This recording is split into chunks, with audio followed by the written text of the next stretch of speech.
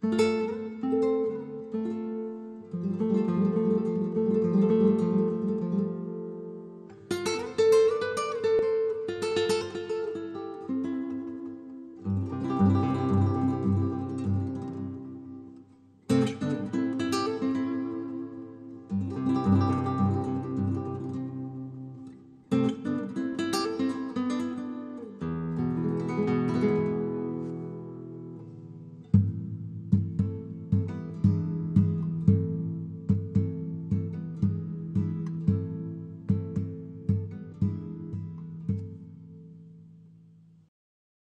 first Jesuits there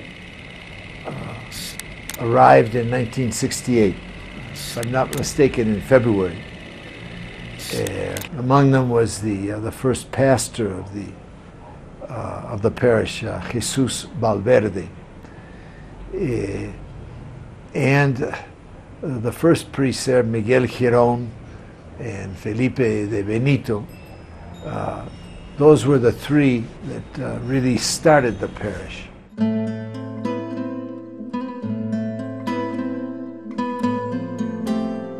When the Jesuits first arrived, the people were coming in as immigrants from the mountain areas of Peru. They were extremely poor.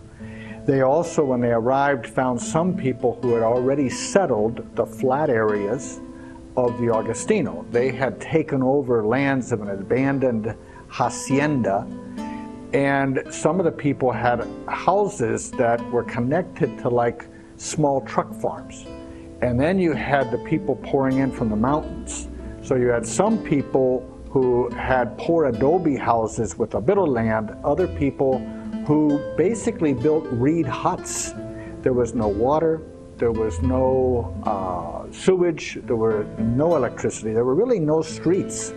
So it was a situation of poverty and chaos, basically, of immigrants trying to move into the capital, to have a plot of land, to have a future home.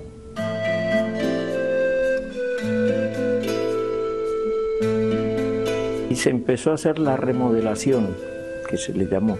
La remodelación consistió en que la zona plana de acá, que primero eran chacras y luego ya se fueron haciendo casas, etcétera, pues se tuburizó mucho.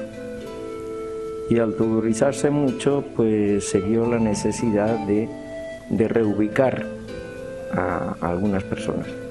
Hicieron un estudio sobre el asunto y entonces hubo toda una serie de, sobre todo los jóvenes, matrimonios jóvenes, etc. Y se les reubicó en la parte que es ahora Villahermosa, Perales, etc., pasado el Hospital Hipólito Unanue. The parish was very much involved in this process with the people. Took a lot of time, and we made some enemies too, you know. This was not just, you know, this lovey-dovey situation. This was a very, you're in a very conflictive situation which affects absolutely everybody, you know, and everybody has their own interest in that. The impetus of this remodeling process lasted until 1978, 1979. It's really about 10 years. But this, in those 10 years, I think without planning it at the beginning, it also made the parish very much present in the neighborhoods in a way which most parishes usually are not able to be in.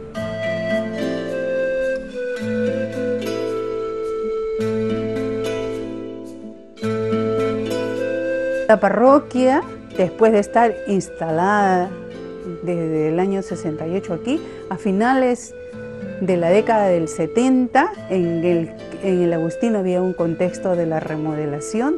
Las familias tenían que enfrentar la construcción de sus viviendas, pero también había el problema de la alimentación de sus familias. Fueron las mujeres organizadas en grupos en los barrios quienes se organizaron para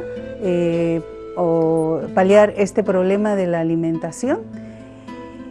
Y el primer comedor se organizó en la segunda zona del Agustino. La parroquia tuvo un rol muy importante en el acompañamiento, en la capacitación y en la formación de esta primera experiencia, que sirvió luego para que se organizaran otros comedores en el distrito, en el Cono y en Lima Metropolitana.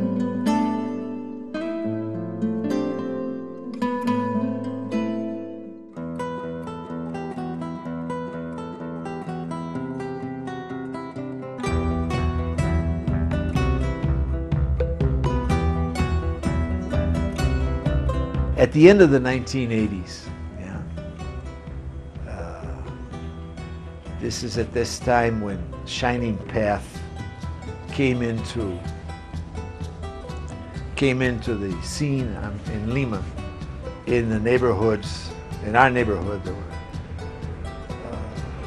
assassinations of neighborhood leaders, assassinations of police who were, the guards that you would have in front of a bank. They would be shot to get their revolver, to capture their arm. It was just off the wall, really. Not as serious as other places in the country, certainly. Not like here in Ayacucho, but nevertheless, very, very troubling. Terrorism works on fear, and it destroys the sense of trust in a community. And that's what Shining Path wanted to do, is they wanted to make life so impossible that people would stop participating in democratic and grassroots democracy.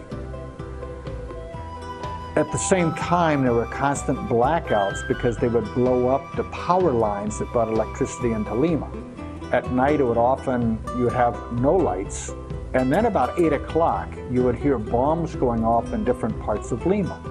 Well, that instills a sense of terror and fear in all people.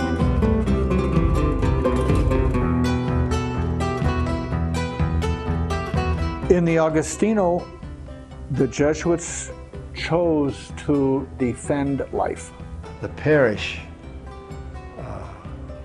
said, well, we just felt we could not just let this go by without some kind of a protest.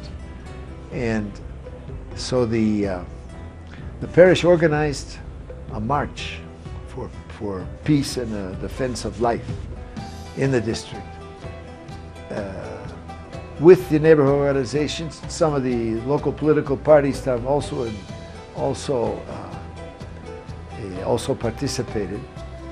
And the theme of the march was, how would I put this in English? In Spanish, it's no matarás ni con balas ni con hambre ni con balas.